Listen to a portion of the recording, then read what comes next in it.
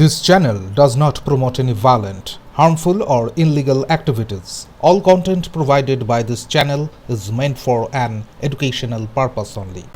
বিহার বিধানসভা নির্বাচনে BJP NDA জোটের সাফল্যকে ঘিরে বাংলায় শুরু হয়েছে তীব্র রাজনৈতিক চর্চা। সুকান্ত মজুমদারের দাবি, দেশবাসী জঙ্গলরাজ আর সুশাসনের মধ্যে পার্থক্য বোঝেন। বিহারের মতোই বাংলাতেও পরিবর্তন আসবে।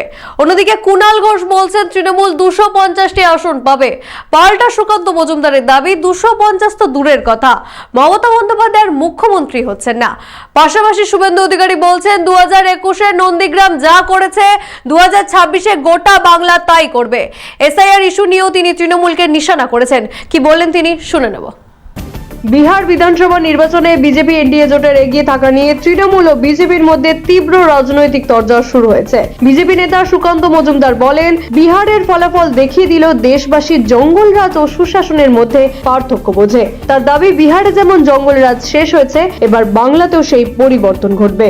দেখুন, বিহার প্রমাণ করবে যে ভারতবর্ষের মানুষের জঙ্গলরাজ এবং সুরাজ এই দুটোর মধ্যে পার্থক্য করার ক্ষমতা আছে এবং সেই পার্থক্যটা কত প্রকট মানুষ সেটা ভোট দিয়ে বুঝিয়ে দিয়েছে। বিহারের জঙ্গলরাজ খতম হয়েছে, এবার বাংলায় জঙ্গলরাজ খতম করার বাড়ি। বাংলার জঙ্গলরাজকে মিশন বাংলার মধ্য দিয়ে বিজেপি এই জঙ্গলরাজকে শেষ করে। তৃণমূল নেতা কুণাল ঘোষ এক্স হ্যান্ডেলে পোস্ট করে বলেন, এই ফল বাংলায় কোনো প্রভাব ফেলবে না এবং তৃণমূল 250টি আসন পাবে। দেখুন, বিহারের বিধানসভা নির্বাচনের ফলাফল ঘোষণার প্রক্রিয়া চলছে। তো এখন এ বিষয়ে চূড়ান্ত কোনো মন্তব্য বিশ্লেষণ করার কোনো সময় এখনো আসেনি।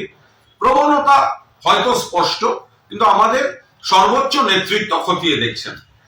কিন্তু এর মধ্যে বিজেপির কিছু নেতা, বাংলার অথবা সর্বভারতীয় বিজেপি, তারা বিহারের সঙ্গে বাংলাকে রিলেট করে এরপর বাংলা এই ধরনের একটা ন্যারেটিভ তৈরি করতে চাইছেন।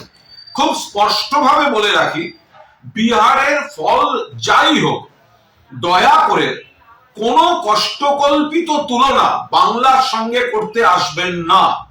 বিহারের ফলাফলের বিন্দুমাত্র প্রভাব বাংলায় পড়বে না। আপনারা এসআইআর বা এই ধরনের যা ইচ্ছা চক্রান্ত করতে পারেন, বিহারের রেজাল্ট যাই হোক তার প্রভাব বাংলায় পড়বে না এবং সম্পূর্ণ ফ্যাক্টরগুলি আলাদা।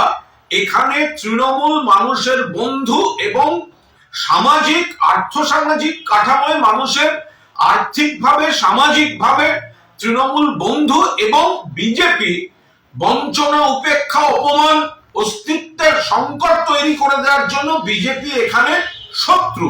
ফলে 250 আসন নিয়ে প্লাস মাইনাস চতুর্থবারের জন্য বাংলায় মুখ্যমন্ত্রী হতে চলেছেন মমতা বন্দ্যোপাধ্যায়। বিজেপি যে নেতারা বিহার দেখিয়ে বাংলা টেনে সকাল থেকে মন্তব্য করছেন, তারা অকারণ পরিশ্রম করছেন।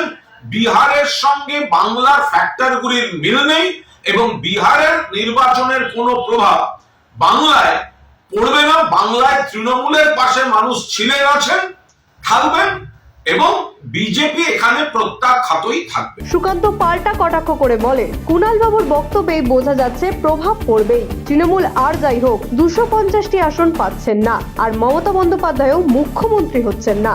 ঠাকুর ঘরে গিয়ে আমি কলা খাই, আগে থেকে একবারই বলছে যে বিহারের প্রভাব কোনো এখানে কিছু পড়বে না। তার মানে হচ্ছে ওনারাও বুঝতে পারছেন প্রভাবটা পড়বে, সেই জন্য একবারই বলছেন। কুণাল ঘোষ যখন বলেছেন 250 পাবে, অতএব গ্যারান্টি দিন যে তৃণমূল কংগ্রেস আর যাই হোক 250 সিট পাচ্ছে এবং মমতা বন্দ্যোপাধ্যায় আর মুখ্যমন্ত্রী হচ্ছে।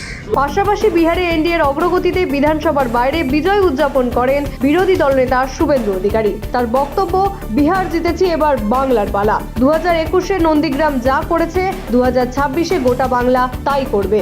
এসআইআর নিয়েও তিনি তৃণমূলকে নিশানা করে বলেন, বিহারের মতো বাংলাতেও শুদ্ধ ভোটার নিয়ে নির্বাচন হলে তৃণমূলের জয় অসম্ভব। পাশাপাশি তিনি অপশাসন, নারী নির্যাতন ও চাকরি দুর্নীতির অভিযোগ তুলে তৃণমূল সরকারকে আক্রমণ করেন। আপনারা সবাই খবর পেয়েছেন বা পাননি, সেটা হলো বিহারে যে নির্বাচন হয়েছিল সেখানে এই মুহূর্তে গেরুয়া ঝড় আমরা আমাদের সরকার গঠনের জন্য দরকার ছিল 122টা আসন। আমরা মোদিজি এবং নীতিশ কুমারজির নেতৃত্বে এই মুহূর্তে এগিয়ে আছি 190টা আসনের কাছাকাছি। ব্যাপক ব্যাপক ব্যাপক गेरुआ झड़। बिहार का जीत हमारी है, अब बंगाल का बारी है। बिहार का जीत, बिहार का जीत, अब बंगाल का, अब बंगाल का। तार माने बांग्ला करते बोलले এটাই দাঁড়ায় বিহারের জয় আমাদের, বাংলায় হবে জয় আমাদের। তাই একদম চিন্তা করবেন না, বিহারেও এসআইআর এর পরে ভোট হয়েছে, এখানেও এসআইআর এর পরে শুদ্ধ পবিত্র ভোটার তালিকায় ভোট হবে এবং এখানে অপশাসন, কুশাসন, নারী নির্যাতনকারী, বেকারের চাকরি চুরি করা, হিন্দুদের উপরে আক্রমণকারীদেরকে আমরা হারাবো, পরিষ্কার করব পশ্চিম বাংলায়।